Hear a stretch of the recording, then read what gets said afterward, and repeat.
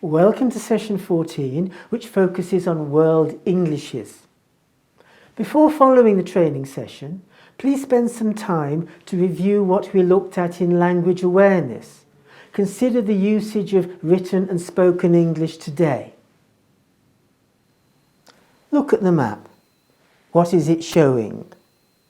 Where English is spoken around the world and to what extent? How does it make you feel? Whether we like it or not, English seems to be the most universal language that the world has chosen to communicate in. World English. What does that actually mean?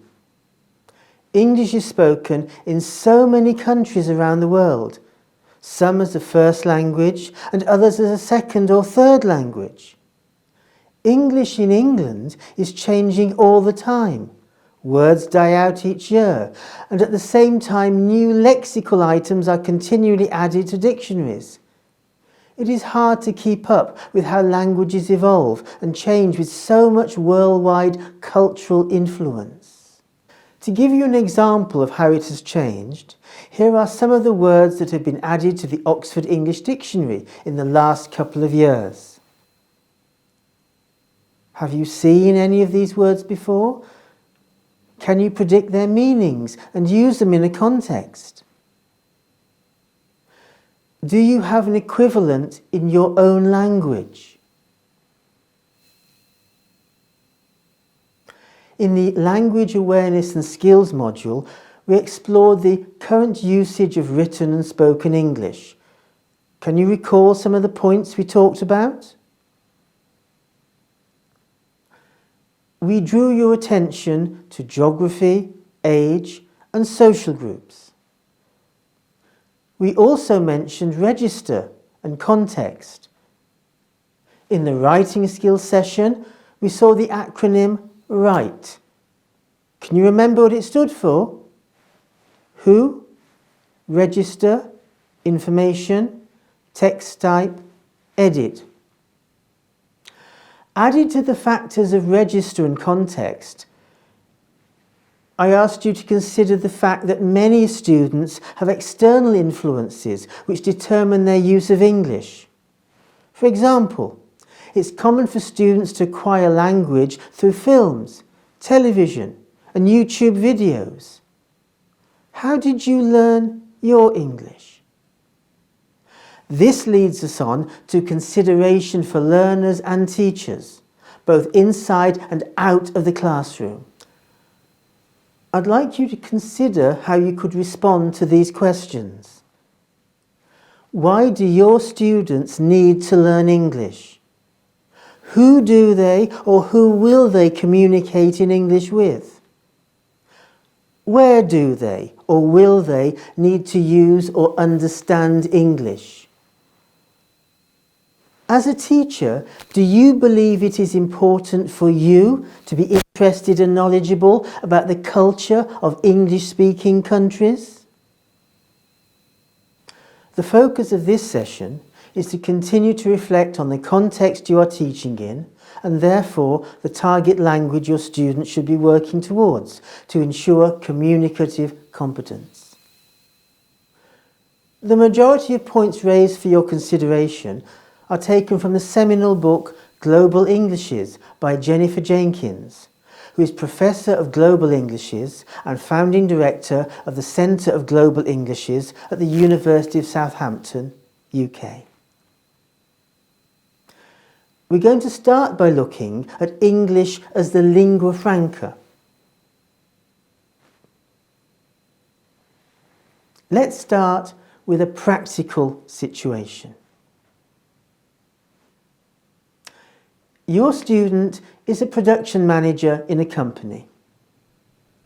Is there a difference in the language he or she needs when attending an international conference and participating in a project with a UK-based company? To clarify, a meeting between EU members involves people from different countries meeting and communicating. Therefore, translators are at hand. The non-English speakers who communicate in English are easily understood. But when British and Irish native speakers communicate, the others need a translation. This is because non-English speakers who learn English tend not to interact or communicate with native English speakers. Therefore, they only understand non-English accents.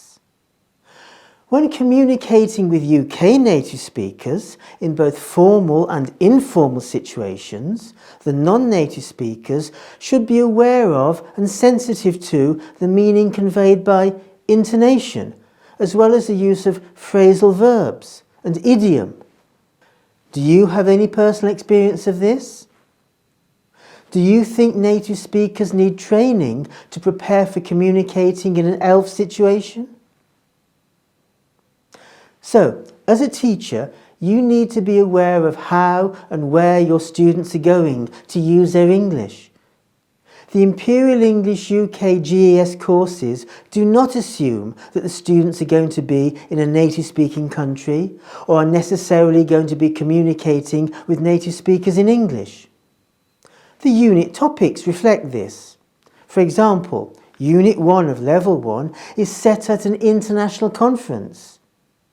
Other units focus on the learner's ability to express their own views on subjects or reflects on how to develop their language and study skills. The Imperial English Academic Skills course covers topics such as the environment that are relevant worldwide. In terms of standard English, Imperial English UK Materials offers models of form and function that are to be found in Cambridge TESOL examinations or considered acceptable in IELTS. But as you can see from the description here, there does not appear to be any great benefit from using standard English. It is the ability to communicate your message effectively, as with members of the EU Parliament, that is important. Seidhofer suggests the problem in the European Union is how English is thought of. English should not be regarded as the native language of British and Irish native speakers, but as an ELF. We've considered a student who is preparing for work-related scenarios in a conference and work placement setting. But what English would you expect from someone preparing for a higher education degree at a UK, USA or Australian university? What we are considering is EMI, which stands for English Medium Instruction. Many universities around the world describe themselves as international, with staff and students from other countries and different first languages. Take a moment to reflect on this. How could it affect what you teach your students and what you accept from them? The situation is set out in this slide. When English is used as the medium of instruction in universities, it is generally assumed to be the academic English of native English speakers. But a number of researchers consider that the E in EMI should be ELF rather than English, so become ELFA, ELF in academic settings. In fact, descriptions of how English is used in international EMI communities have identified a number of new linguistic features, a few of which we will look at now. These features are noted in a corpus study by Morayan and Metzer-Kelleter. Look through these points. Would they be acceptable in the setting you work in, or would they be considered errors? How far does it depend on whether items such as these are spoken or written? Do these features confuse meaning? This now moves us on to the wider picture of ELF and global Englishes outside the classroom. Many countries have a local English. These include India, Hong Kong and China, where there are differences both in the ways in which English functions in each context and in the attitudes of their users towards their own English. Indian English is an established and widely accepted variety, while the status of Hong Kong English is still unclear. English in China is still developing, but because Chinese are not likely to communicate with each other in English, English there is not expected to be regarded as a variety in the same way as it is in India or Singapore. A large part of Jenkins' work looks at the history of the expansion and use of the English language around the world. And in many parts of the world, like the African continent, India and the surrounding countries, as well as Singapore and Malaysia, this was a result of colonialism. Professor Jenkins also examines the government policies towards the English language teaching and its status in countries such as Spain and, of course, across the European Union as a whole. These historical and political developments are not key features of a teacher training course, but it is an aspect you might be interested in exploring, and it might become part of your career development. Yet, can these forms of local English be ignored by course designers and teachers? Are they errors caused by first language interference or examples of how English has evolved in particular settings? Let's see how you react to the examples of Indian English on the next slide. These are common and normal Indian English examples. How do you feel about them? Do they seem strange? Normal? Please look at the text on this slide. What are your views on it?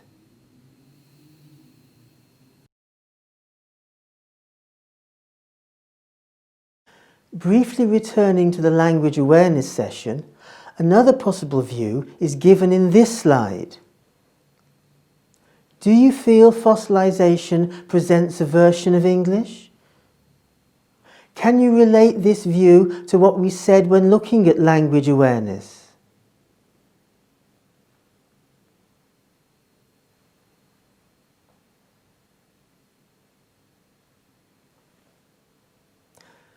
The following slides have examples of English language use in several different countries. We'll consider if you feel there are any language errors and if they might cause confusion between ELF speakers and/or ELF speakers and native speakers. The examples we're going to look at are taken from a survey of post-colonial Englishes, or New English, by which we mean countries that used to be British colonies. Before presenting the examples, here are the criteria used to define post-colonial English. There are other definitions, but for our limited purposes, this is sufficient in this session. It has developed through the education system. This means that it has been taught as a subject and in some cases also used as a medium of instruction in regions where English is not the main language. It has developed in an area where a native variety of English was not spoken by most of the population. It is used for a range of functions amongst those who speak or write it in the region where it is used. It has become localized by adopting some features of its own, such as sounds, intonation patterns, sentence structures, words, and expressions. Because of time constraints, we'll focus on grammar, but as you can imagine, pronunciation features are also features of interest. As when we looked at Indian English, let's see how you feel about this use of English. Do you regard these examples as acceptable English language usage? Looking at verbs in grammar, I imagine your students produce language like this at times. How do you feel now you know that this is acceptable use in some regions? Question tags can be a problematic area to teach, so it is interesting to see how the uses of question tags has developed in some forms of post-colonial English. Are these errors that your students produce? Methry and Batt point out that these undifferentiated tags play an important pragmatic role, exhibiting how linguistic form is constrained by cultural constraints of politeness. The general tag is seen as non-impositional and mitigating, whereas the canonical tag is seen as assertive. So now we are moving away from grammar to functional language, or, as we have just noted, pragmatics and cultural norms. The quote on the slides can be related to face, which was explored by Brown and Levinson. If I refer to the concept on this slide and say, "It's obvious, isn't it? I am imposing on you." If you disagree with me, you might be afraid of looking foolish in front of the other participants. But the general tag that has developed removes this threat. A simple example of face is if I were to say, "Get me a coffee." That's an order. Why should I speak to you in this way? You might respond with, "Get it yourself." More appropriate for me is to ask, "If you're going to the kitchen, could you get me a coffee?" This does not challenge your face. I have given you the opportunity to say no without damaging our relationship. So, there would seem to be a logic in this new English. Just as my wife, she passed her Cambridge reflects a community where the first language does not have an aspect in its verb forms. At this point of the session, we need to pause and collect our thoughts. We have seen how there are variations of English language all over the world. We have also considered the possibility that many of our students will not need to use their English language skills to communicate with native speakers. For our students, English may be a way to further their education and career, or to broaden their horizons through travel and friendship.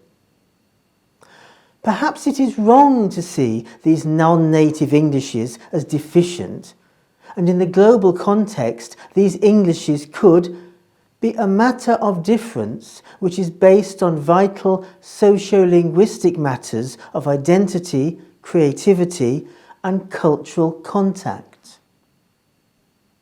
Think of the scenario of a group of mixed nationality international students following a degree course at a UK university. Outside of lectures and seminars, what is important? That they use grammatically accurate standard English, or they can communicate effectively and form supportive relationships.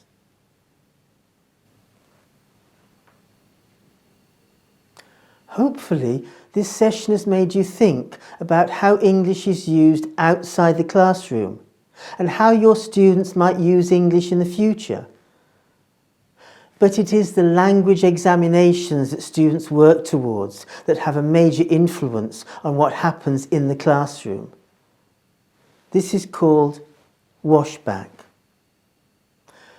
The methodologies and materials that are promoted are communicative approaches with an emphasis on task-based learning, learner autonomy, and English-only textbooks. In contrast, memorization and translation are largely overvalued. Do you have any strong views on this?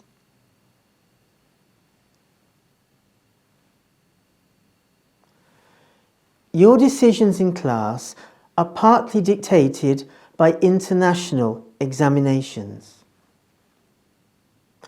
Professor Jenkins highlights the following British Council quotes.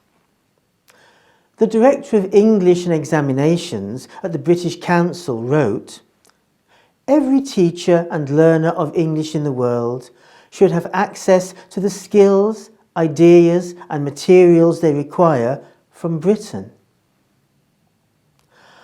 While the British Council's India website states, "Teaching is at the heart of our cultural relations work in India. We are a world leader in English language teaching. Our certified teachers help you learn English using a curriculum developed and proven through more than 75 years of experience and in over 110 countries." Jenkins expresses surprise that the British Council seems to believe that in India, where English has been spoken for centuries, learners still need input from the British Council in order to learn English. We'll end by coming back to you and your roles. Perhaps the attitude shown by the British Council has disheartened you. But this quote from Seidhofer highlights the values of the shared experience of non-native teachers of English and their students. To close this session, I'd like self-reflection and input from you. Firstly, regarding your views on what is required from a teacher. And finally, to consider your country's place in world Englishes. Remembering that this module is part of the Teaching in Different Circumstances topic, how far do you agree with the checklist for teachers outside English native speaker countries?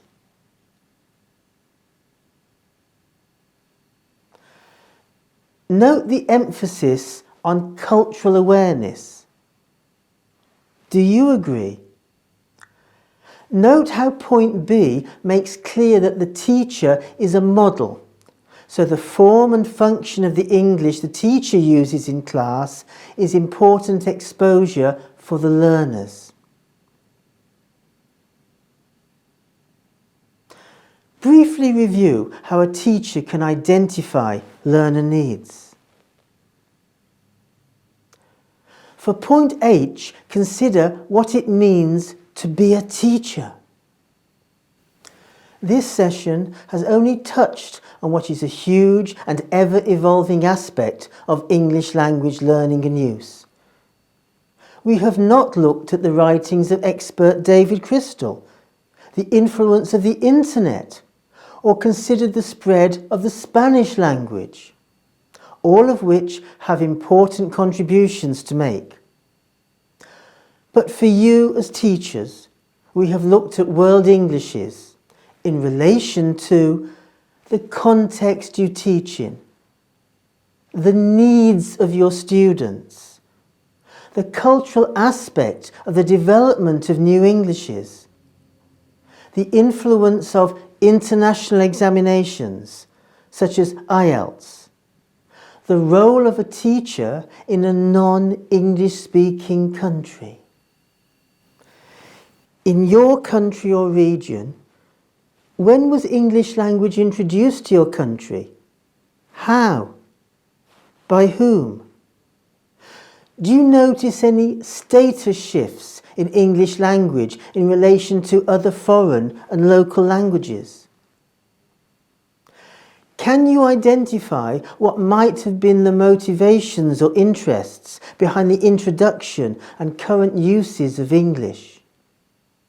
These are the hashtag words to take from this session. Write a short summary of the session using the hashtag words and examples where possible.